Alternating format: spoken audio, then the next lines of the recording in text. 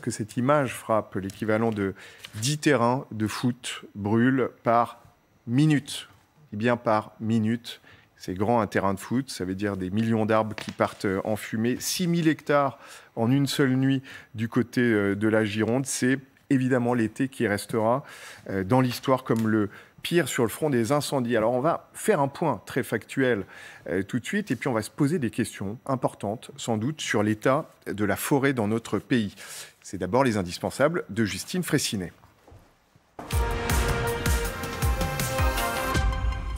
Alors, sur le front... Bonsoir Justine, pardon. Bonsoir Emmanuel, bonsoir à tous. Sur le front des incendies, on peut dire que nos forêts brûlent beaucoup, c'est un euphémisme, depuis le 1er janvier.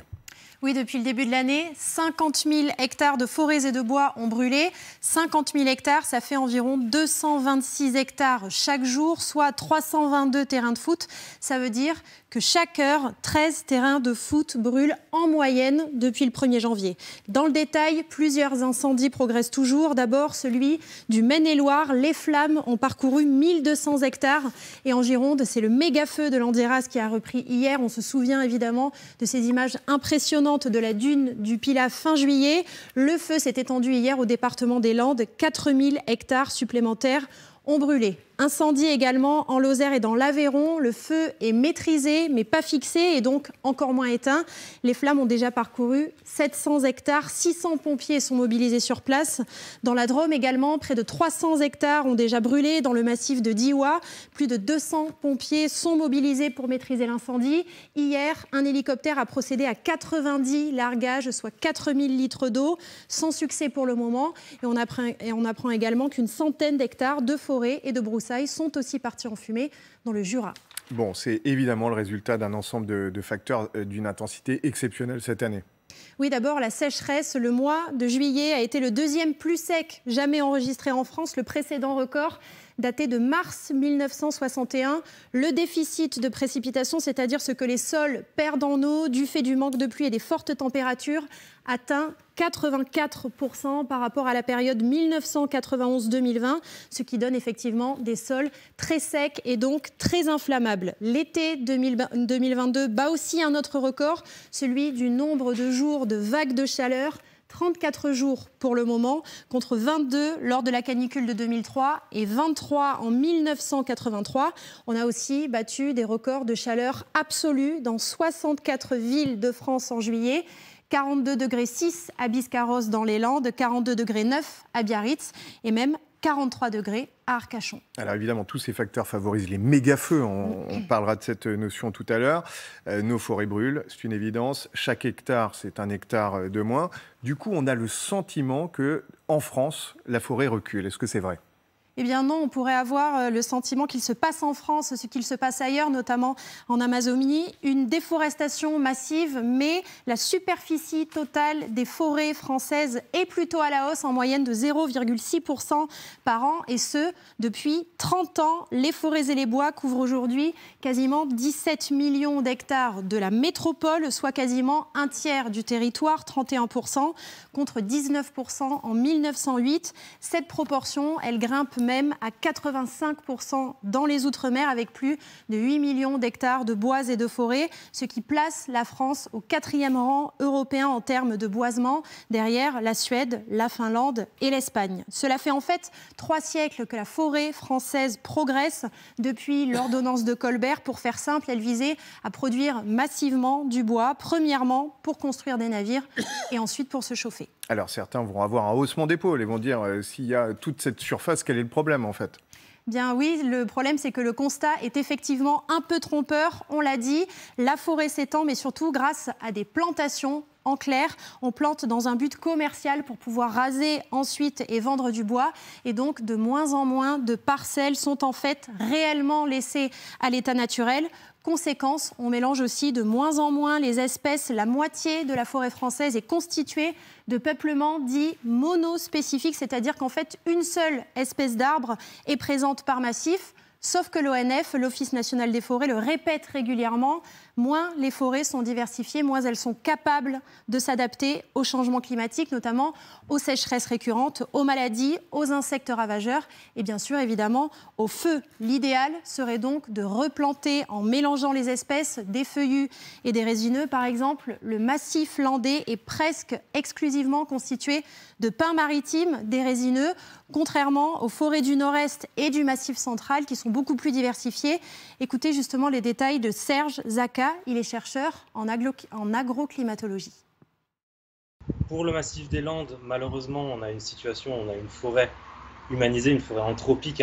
Par contre, il ne faudra pas reproduire les erreurs qu'on a faites par le passé, qui ne sont plus adaptées au changement climatique. Dans le passé, ce n'était pas forcément des erreurs, c'était une utilisation des terres comme les autres. Mais avec le changement climatique, ça serait une erreur de replanter une forêt monoculturale comme on a à présent.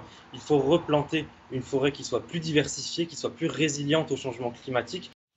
Sauf que ces adaptations, eh bien, elles prennent beaucoup de temps. On estime que 70 ans sont nécessaires pour savoir si une parcelle sera mieux adaptée au changement climatique. Alors, on a modifié la structure pour des raisons commerciales, économiques, ça on vient de le voir, mais il vient d'en parler également. Le changement climatique qui n'est plus approuvé joue également sur le visage de nos forêts. Oui, ce sont des modifications que les forêts opèrent elles-mêmes pour s'adapter. On observe notamment que du fait de la hausse des températures et des sécheresses récurrentes, eh bien, certaines espèces d'arbres remontent du sud de la France vers le nord, la garrigue méditerranéenne ou encore la pinède, qui sont par ailleurs très inflammables. Mais malgré ces migrations, eh bien, le climat, le changement climatique reste plus rapide. Écoutez ces précisions. Par exemple, le chêne méditerranéen qu'on retrouve ponctuellement jusqu'à Montélimar pourrait remonter jusqu'à Lyon d'ici 2050. Donc toute la garrigue va remonter. Cette garrigue est hautement inflammable, comme on peut le voir. Tout le climat méditerranéen remonte. Le changement climatique est plus rapide que la remontée de ces zones biogéographiques. On se retrouve avec des situations de stress thermique ou de stress hydrique, donc de stress de température, de stress d'humidité, parce que ces forêts se retrouvent implantées dans des zones biogéographiques qui ne sont plus adaptées, puisque le climat a évolué trop vite. Merci beaucoup, Justine, pour ces explications très complètes. Vous voyez le terme, d'ailleurs, méga-feu. On pensait qu'il était réservé, Karima Delli, plutôt à la Californie. Alors, on a pris la définition, elle est très simple. Un méga-feu, c'est un feu qui brûle entre 1000 et 10 000 hectares, qui est incontrôlable, qui est très rapide. C'est exactement ce qui se passe en Gironde. Il faut imaginer que pendant la nuit, il y a eu 6000 hectares qui sont partis en fumée. Qu'est-ce que ça inspire à l'écologiste que vous êtes ? Je suis assez fâchée parce que tous les rapports du GIEC annonçaient, mais au fait, ça va plus vite que ce que disait le rapport du GIEC. J'entendais ce matin Jean Jouzel sur une autre chaîne de télé et qui lui aussi s'alarmait. Ça, c'est la première chose. La deuxième chose que je dois vous dire et qui, moi, c'est les mots qu'on emploie. Aujourd'hui, on a des nouveaux héros climatiques, ce sont les pompiers, qui sont là, mais qui sont là aussi pour protéger les gens. Parce qu'au fait, l'étalement des villes, on n'en parle pas assez. Mais les villes se sont retrouvées aussi aux portes de ces forêts. Des forêts, oui. Et ce qui fait qu'aujourd'hui... Les villes progressent, les forêts progressent, mais les villes progressent aussi. Voilà, Ouais. et tout ça, ça s'étend au point que quand on regarde l'effet climatique, et c'est assez... Avant de venir sur votre plateau, je regardais ça, mais l'effet climatique et le réchauffement climatique a un impact réel, notamment sur nos forêts. Par exemple, à Rambouillet. À Rambouillet, je regardais qu'est-ce qui se passait il y a 20 ans. Il y a 20 ans, il fallait 4 mètres cubes d'eau par hectare, notamment sur un an. Aujourd'hui, il n'y a plus que... Par hectare de forêt voilà, ou de forêt. Mais aujourd'hui, il n'y a plus d'eau dans les forêts. Et ça a été très bien dit par votre confrère, là, et par le spécialiste. Et ils disent, mais on va avoir un problème parce qu'aujourd'hui, 20 ans après, c'est 2. 2. Par rapport à 4, ça fait la moitié. On a aujourd'hui des 2 forêts... mètres cubes d'eau aujourd'hui. Voilà. Ça veut dire que demain, les forêts ne seront plus celles qu'on va voir. Il faut qu'on se dise la vérité. Il va falloir qu'on invente collectivement la forêt. Parce qu'on a un problème d'eau. Donc les arbres qu'on voyait à 40 mètres, 45 mètres, ce ne sera plus possible. On aura des arbres beaucoup plus petits. Et ensuite, il faut diversifier. Ça a été très bien dit. La biodiversité va être un enjeu majeur. Cela étant dit, il nous faut un plan de relance à la hauteur. Alors, et ça, je termine par ça parce que je crois que c'est très important. Parce que j'ai entendu Madame la Première ministre nous dire on fait une cellule de crise. Mais Interministériel, c'était la semaine dernière. Mais c'est un peu tard. Ce genre de sujet, il faut anticiper. C'est-à-dire qu'il faut une vraie politique globale de... Alors, je termine. Elle sera demain en Gironde, hein, je vous le précise. Mais on dit, elle ne reste pas dans une cellule de crise à Paris. Hein. Voilà, mais on ne pourra plus parler juste de transition écologique. Ce n'est plus possible. Là, maintenant, ça va. On va accélérer le mouvement. C'est de la transformation écolo et c'est maintenant que ça se passe. Alors, d'autant qu'il y a un facteur que je vous laisserai commenter, qui est que ça n'est pas prêt de s'arrêter, hélas. Gérald Darmanin était sur le terrain aujourd'hui. Il était en Aveyron, où il y a aussi des feux qui sont extrêmement importants. Et il l'a annoncé, ça va durer. Et ça va durer au moins 3 semaines. Les sapeurs-pompiers qui font un travail formidable. Depuis le début de cette saison de feu qui a commencé très tôt, depuis le début de l'été et qui va continuer. C'est le message que je voulais d'abord passer, qui va continuer sans doute encore plusieurs semaines, vu l'état de sécheresse de notre pays, vu les vents aussi qui nous sont défavorables, vu le manque de pluie. Il y aura très certainement pendant ces 3 semaines, un mois et demi encore d'été, notamment dans le sud de la France, des feux très importants et chose tout à fait extraordinaire. Nous sommes à 8 grands feux en même temps sur le territoire national. Va durer, Richard Ramos. Grosse présence médiatique aujourd'hui d'une partie du gouvernement, Christophe Béchu aussi qui était dans le Maine-et-Loire. On a malgré tout l'impression en arrière-fond que ça a été des accusations, une forme d'impréparation à ce qui est en train de se passer. Je ne dirais pas d'impréparation, mais aujourd'hui on voit bien que le changement climatique il est tel qu'il faut faire quelque chose vraiment aujourd'hui. Parce que moi je suis à côté d'Orléans, c'est la plus grande forêt domaniale de France.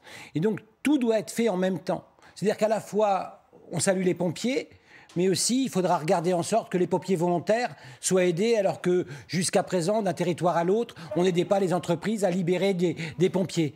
Et de l'autre côté, dans nos forêts, c'est une accélération mais énorme. Ce qu'il faut comprendre, c'est que quand nos chênes, moi il y a des chênes chez moi, ne trouvent plus d'eau, eh bien finalement c'est leur défense immunitaire, comme nous, qui en prennent un coup. Et donc, beaucoup de maladies. Voilà. Et donc, parce que mes défenses immunitaires, je suis affaibli. Moi, je suis l'arbre, je suis affaibli parce que j'ai plus d'eau. Et donc là, on va avoir des parasites qui vont venir m'attaquer.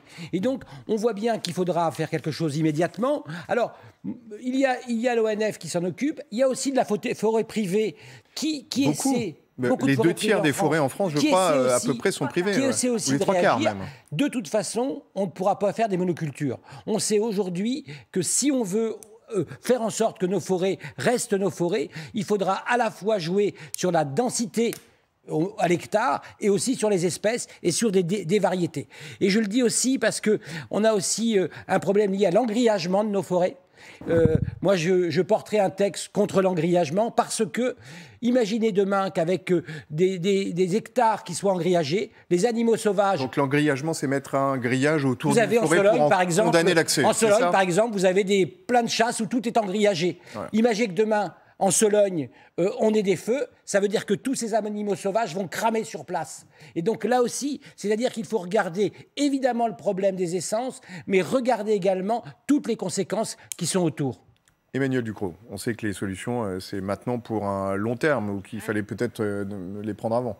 Disons qu'il y a des choses qu'on a faites et qu'on effectivement ne pourra plus faire. Il faut bien comprendre que la forêt des Landes, ce n'était pas une erreur écologique au moment où on a planté les pins des Landes. C'est parce qu'il y avait du marécage à cet endroit-là avec du paludisme. C'était quand même une zone qui était absolument invivable et on a réglé le problème de cette manière-là. Voilà. Alors après, sur le constat de la diversité de la forêt, je crois que tout le monde est d'accord, mais je crois qu'il y a une prise de conscience qui est un peu tardive de la société, alors que les milieux forestiers, eux, alertent depuis longtemps sur plusieurs choses. D'une part, une forêt, ça s'entretient. Dire que la forêt peut se débrouiller toute seule, ça n'est pas vrai, c'est une contre-vérité. Et une forêt qui n'est pas entretenue, c'est une forêt qui est pleine de ronces, pleine de taillis, et c'est une forêt qui brûle. Donc la forêt, faut faire le deuil de l'idée un peu fantasmatique de la forêt primaire. Il n'y en a plus en Europe, à part peut-être un petit coin en Pologne depuis bien longtemps. Forêt primaire, on rappelle, avec toutes les essences mélangées. Enfin, ça s'entretient. Forêt peut-être de nos enfances, mais alors on peut aussi dire quelque chose. Monoculture, ouais. Pour relativiser un peu, la forêt française, c'est une forêt qui va plutôt bien par ailleurs. C'est une forêt qui est encore très diversifiée. Il y a 156 essences qui sont sur le territoire français. On en exploite à peu près 10. En comparaison, les grandes forêts nordiques, c'est 4 essences à tout casser. 156 essences d'arbres, ça veut dire que... Et ça progresse, on l'a bien vu, voilà. Depuis 1900. Ça, c'est le territoire et c'est vraiment super intéressant parce que dans l'imaginaire collectif, la forêt régresse alors qu'elle a doublé de taille en un siècle et demi. Et 0,6% de plus chaque année. Voilà, et pas négligeable. Ça vient d'un autre phénomène, c'est la déprise agricole. Hein. Donc que la forêt, elle grandit là où on ne cultive plus aussi. Donc il faut quand même comprendre ça. Et alors, je voulais mettre sur la table un débat vraiment intéressant, parce que j'ai parlé aujourd'hui à pas mal de coopératives agricoles forestières, à des exploitants forestiers, dont le métier est justement d'entretenir la forêt, parce qu'une forêt, les arbres grandissent, il y a un moment où il faut les couper. C'est la vie normale d'un arbre. Un arbre, ça grandit, ça capte du carbone. Au bout d'un moment, ça stagne, vous savez tout ce qu'il y a autour, ça ne capte plus de carbone. Et donc, la vie, c'est un cycle. Il faut couper les arbres de temps en temps. Idée fixe, a mal au cœur, il pleure, mais il faut couper les arbres. Et de plus en plus, ils sont confrontés à une hostilité dans la gestion de la forêt, c'est-à-dire qu'on sabote leur matériel, ils se font insulter, on les traite d'assassins d'arbres, alors que ça fait justement partie de la nécessité d'entretenir la forêt. Couper un arbre avant qu'il tombe tout seul, qu'il devienne un bout de feu, c'est ultra nécessaire. Et je voudrais aussi, porter comme ça sur la table un autre sujet, c'est-à-dire sur le long terme. Une forêt, ça grandit, c'est 20 ans, c'est 40 ans, c'est 50 ans, c'est 60 ans. On a une directive européenne qui s'appelle RE 2020 et qui incite à mettre dans toutes les constructions nouvelles des matériaux biosourcés, à commencer par le bois, c'est le premier d'entre eux. Il en faut 20% dans chaque construction nouvelle. Pour l'instant, ces matériaux biosourcés, on n'en produit pas assez en France, en dépit de notre forêt pléthorique. Comment c'est possible, ça, d'ailleurs? Oui, on va en parler. Parce que, on a en France une forêt qui est labellisée, elle est PEFC, donc c'est de la forêt durable, mais ça coûte moins cher d'importer du bois de déforestation d'Amazonie ou d'Asie.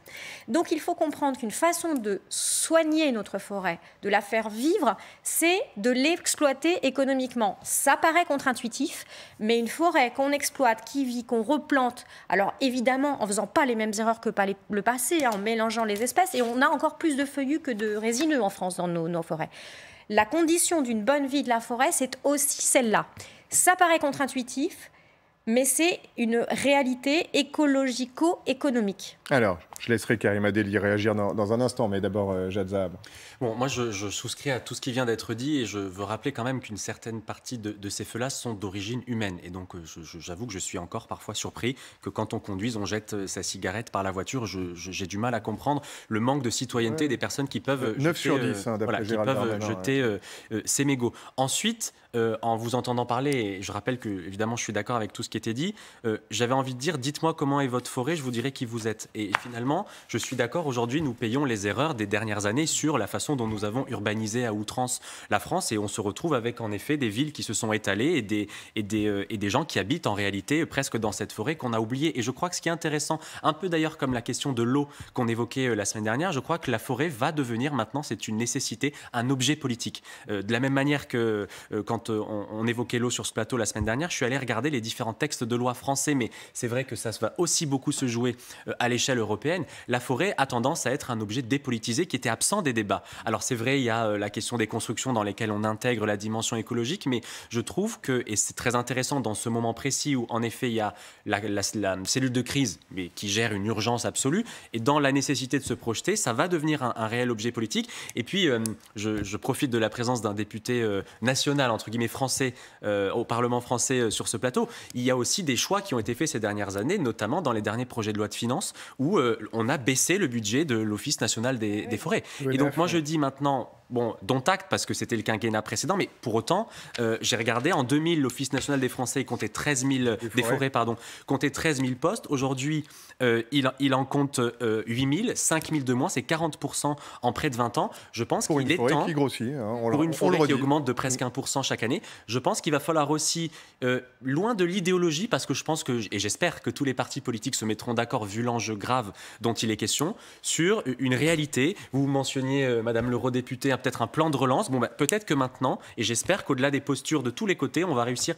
à se mettre d'accord, et que les mots, c'est bien, et je pense qu'on partage tous cette inquiétude, les actes, pourquoi pas d'ailleurs dès la rentrée, dans le projet de loi de finances. J'espère que toutes les formations politiques seront au rendez-vous. Alors ça rejoint ce que disait Laurence Tubiana dans une interview au Monde, c'est-à-dire que le problème, en gros, je vous rends la parole à chacun, bien sûr, derrière, c'est que on est face à des situations d'urgence, qu'on réagisse avec des choix de court terme qui aggravent encore la situation sur le long terme. Je vous laisse d'ailleurs à tous les trois l'interprétation de ces propos. Mais c'est toujours la même chose, au fait. Et c'est ça la question aujourd'hui, c'est que moi, je suis assez atterrée. On devrait être fiers d'avoir reçu en grande pompe la conférence internationale sur le climat avec les accords de Paris. Alors, on peut se dire, oh là là, on n'est pas le seul pays à respecter les accords de Paris, blablabla, bla. Ouais. Mais si on pouvait respecter les accords de Paris, ce serait tellement énorme. Ça, c'est la première chose. La deuxième chose qui, moi, me choque, c'est que plus on va attendre, mais ça, on le sait, hein, et plus ça va s'emballer. Et ensuite, à un moment, on va être sur un point de bascule. Je ne veux pas faire peur aux téléspectateurs, restez avec nous. Mais à un moment, c'est à nous la responsabilité politique. C'est pas la peine de dire bon, monsieur, madame Michu, fermez votre robinet parce que vous vous lavez les dents ou prenez des douches. Tout ça, on n'est plus dans le coup, en fait. Je vous le dis tout de suite. Maintenant, il faut des politiques publiques. Lorsqu'on dit plan de relance, ça veut dire un vrai plan, notamment sur les forêts. Quand on parle de une forêt multifonctionnelle, demain, c'est des arbres de différents âges, c'est une biodiversité, comment on met en place les écosystèmes, etc. Ensuite, je voudrais répondre à... Alors, je suis très contente de vous voir parce que je crois qu'on ne se connaît pas. Parce qu'une fois, j'ai été interpellée par les réseaux, là, Twitter, alors que vous ne connaissez pas, mais je vais vous répondre à votre question sur la directive européenne. Mais vous avez raison. Nous devons prendre nos responsabilités, l'Europe. On ne peut pas se dire on déboise la déforestation partout dans le monde et ensuite chez nous on fait n'importe quoi. Donc nous on est assez clairs sur ça, les écologistes. Il n'y a pas de déforestation ailleurs. Et ensuite c'est les poumons de demain qu'il va falloir aussi respecter. Et un des grands poumons, parce que la forêt, et c'est là où c'est extraordinaire, mais la forêt doit redevenir un bien commun et on doit la connaître. C'est pour ça que nous, les écologistes, nous sommes pour faire en sorte d'ouvrir les forêts et le week-end et même le mercredi et de dire aux chasseurs, laissez tomber un moment, laissez le public venir redécouvrir. Non, mais c'est vrai. Oui, mais... Je ne veux pas ouvrir toutes les portes. Les tiroirs, voilà. Il y en aurait tellement. Mais en tout cas, ce qui est sûr, c'est que les forêts doivent devenir notre bien commun. Et pour ça, vous avez raison, les métiers du bois, on doit les... Autour de la table, tout le monde doit se parler, c'est-à-dire les acteurs, notamment des filières du bois. Vous avez raison notamment sur les protecteurs, comme je les appelle, notamment qui demandent plus de budget pour notamment les forêts, et ensuite les métiers de demain. Et je peux vous assurer qu'en termes de biodiversité dans la forêt, parce que pour savoir le nombre d'espèces d'oiseaux, machin, c'est comme ça qu'on vit la forêt, et bien là aussi, il va falloir embaucher. Bon, elle s'entretient, elle se respecte. Richard Ramos, vous avez été interpellé par... Que ce soit ce gouvernement-là ou d'autres, la forêt a toujours été un enjeu au Parlement. Contrairement à ce qu'on croit, il y a eu des débats et des débats importants sur la forêt. Ça a été toujours compliqué. Moi, quand j'ai été élu en 2017, j'ai été voir le ONEF. Je voulais faire des jeux pour enfants. Tu connais ta forêt. Le ONEF, 3 fois, je leur ai écrit, pas de réponse. Parce qu'il manquait de personnel, comme on l'a compris tout à l'heure. Ils étaient dans une espèce de vase clos auquel on avait l'impression qu'on n'avait pas le droit de les déranger. Et donc, ça, c'était un problème.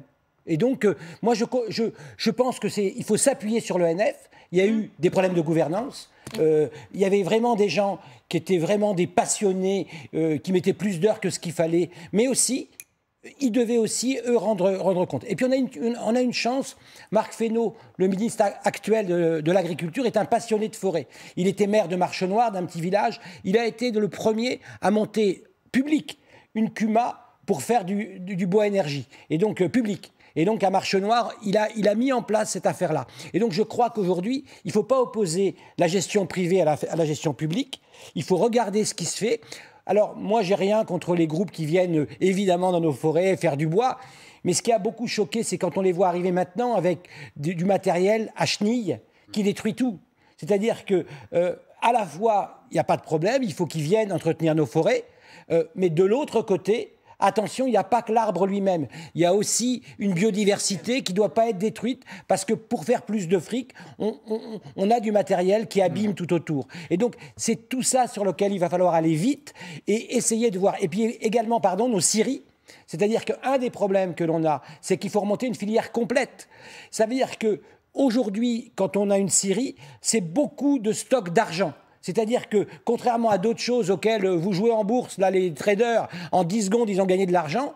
Là, dans un morceau d'arbre, vous allez peut-être le garder 4, 5 ans. Donc, c'est des stocks énormes. Et là, il faudra faire quelque chose, il faudra avoir une fiscalité particulière sur la forêt. C'est-à-dire qu'il faut faire en sorte que les investissements à long terme sur la forêt permettent à ceux qui en font le parti, parce que c'est compliqué financièrement, de pouvoir avoir des facilités, notamment à ne pas rentrer le stock dans, je dirais, le bénéfice et pouvoir les aider. Et est-ce qu'on doit anticiper, Emmanuel Ducrot, une évolution aussi de la forêt? Pardon, je vais le croiser avec une carte, ça va vous paraître un tout petit peu improbable, mais c'est une carte, moi, qui m'a fait réagir dans le Parisien ce matin, où on montre les températures. En ce moment, à Paris, il fait la température habituelle de Grenade. À Lille, c'est Saragosse. Bon, vous le voyez, à Bordeaux, c'est Séville, etc., etc. On voit bien que ces températures ont été complètement chamboulées. On sait d'ailleurs que certaines cultures sont en train de remonter vers le nord de la France. Est-ce que ça va changer l'ADN, j'ai presque envie de dire, de la forêt? À plusieurs titres. D'une part, parce que les essences, Serge Dacal le disait tout à l'heure, les essences remontent. Il n'y a pas que les essences qui remontent, il y a aussi les ravageurs. Donc on se retrouve confronté à des nouveaux ravageurs de la forêt. Il y en a une dizaine de nouveaux qui arrivent chaque année. Donc ça veut dire qu'il faut s'adapter, il faut accepter des choses qui font mal au cœur, c'est-à-dire couper de la forêt. Quand la forêt est malade, il faut la couper avant qu'elle contamine le reste. Changer certaines essences aussi, pour qu'elles s'adaptent sans doute, peut-être. Enfin, après, vous savez, il y a aussi les plantes compagnes. Quand on mélange les essences, effectivement, on fait des. C'est un peu comme pendant les pandémies, c'est comme des vaccinations. Il faut effectivement mélanger les essences, faire sans doute des bandes. Enfin, pour que la forêt reste exploitable, il faut quand même qu'il y ait des endroits d'uniformité, mais on peut sans doute le faire sur de moins grands espaces que les grandes allées de sapins qu'on a à certains endroits. Ce qu'il faut dire, c'est qu'on a une belle forêt. Ça, il faut le maintenir. La France a bien travaillé avec sa forêt au cours du temps. L'ONF va moins bien depuis quelques années et ça, il faut vraiment remettre, un peu d'énergie dans cette machine-là. C'est une belle machine, l'ONF, mais qui ne va pas très bien.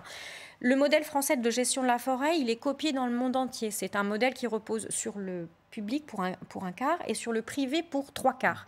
Et on a cette spécificité en France d'avoir quand même une partie des propriétaires de forêt qui sont inconnus. C'est-à-dire qu'au fil des héritages familiaux, beaucoup de Français ont 1 hectare, un demi-hectare, 4 bois. Et ce bois-là, c'est du bois gris, c'est-à-dire que personne ne l'entretient vraiment parce que les gens à qui il appartient ne savent plus qu'il est là.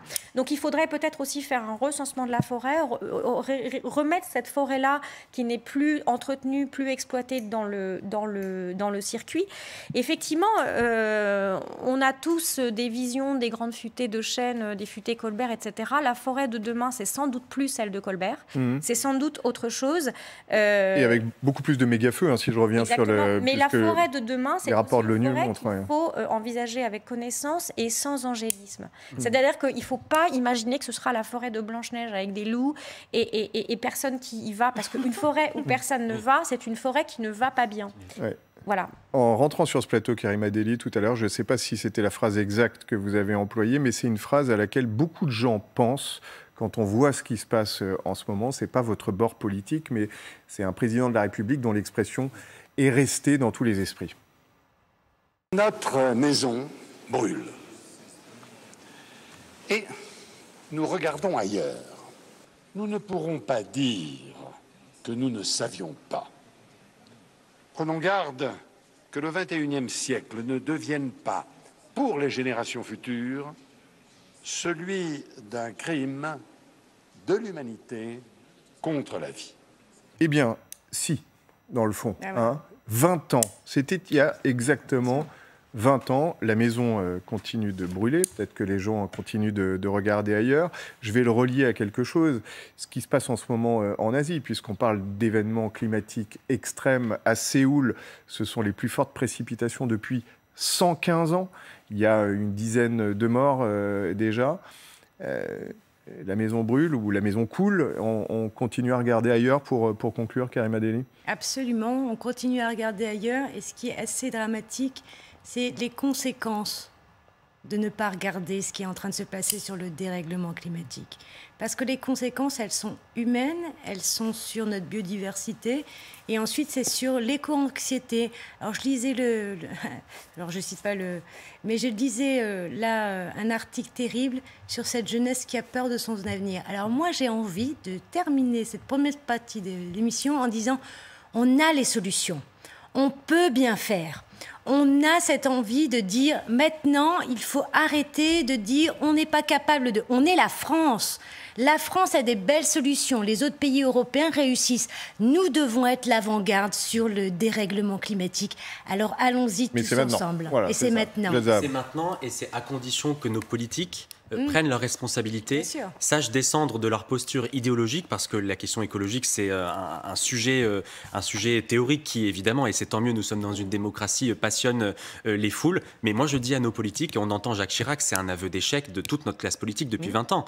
Rien, c'est pour ça en tout cas, sur cet enjeu ça. Idéologique, et vous me trouverez sans doute caricatural, mais je crois que face à l'urgence, on n'a plus tellement le choix. On parlait la semaine dernière de destruction créatrice, le moment est venu de changer de modèle. On n'a plus le temps de transitionner en prenant, alors évidemment il faut accompagner, mais je partage votre optimisme, je le dis, à condition que tous les politiques qui sont aujourd'hui élus, qui sont tous légitimes, se mettent d'accord. Et moi j'aimerais bien, mais évidemment ça sera difficile, que les politiques aujourd'hui prennent des lois de programmation sur 5, 10, 15, 20, 30 ans. Parce que si tous les 5 ans, pour des raisons, pardonnez-moi l'expression, de tambouille politicienne, on revient en arrière pour faire un pas en avant, 3 pas en arrière, dans 50 ans, il n'y aura plus de planète. Donc optimiste, mais à nos politiques maintenant d'incarner ce relais nécessaire.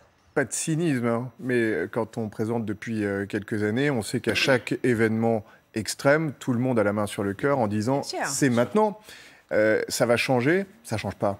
Oui, mais moi, je ne peux pas laisser dire ça sur les politiques. C'est que vous devez rester à Paris parce que moi, j'ai eu 2 mètres d'eau dans mon village. Non, mais j'ai eu 2 mètres d'eau dans mon village et tous les maires, tous les conseillers municipaux, qui sont 98% des politiques français, ils ne sont pas à rêver. Ils sont sur... Je parle de gens des politiques qui votent la loi. Parce que non, mais vous avez raison.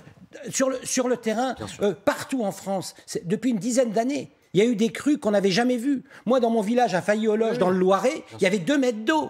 Et donc, on va reconnaître les ça événements extrêmes se multiplient. La difficulté, c'est la coordination entre l'Europe, la France et le terrain. Sauf que l'Europe est à l'avant-garde. Et donc, l'Europe est à l'avant-garde. Elle dit notre feuille de route, c'est moins 55% de CO2 d'ici 2030. Vous regardez la loi climat française, c'est moins 40. On n'est pas à la hauteur. Ce qui est important, c'est d'appliquer. Mais là où vous avez raison, c'est que de toute façon, on ne pourra pas faire ce qui a été fait. Là où le politique a eu, par exemple, à un moment donné, il voulait des constructions pour faire de l'argent. Parce que comme ça, il faisait sa salle de sport, etc. Et on construisait à des endroits dont on savait qu'il ne fallait pas construire. Là, il y a une responsabilité politique. Mais je pense que ce temps-là est terminé, que l'ensemble des politiques, je parle bien des maires, moi, les fantassins de la politique, et quel que soit le bord, ils font très attention. Mais attention, on ne peut pas ne pas avoir d'extension de maisons et ne pas densifier les bourgs.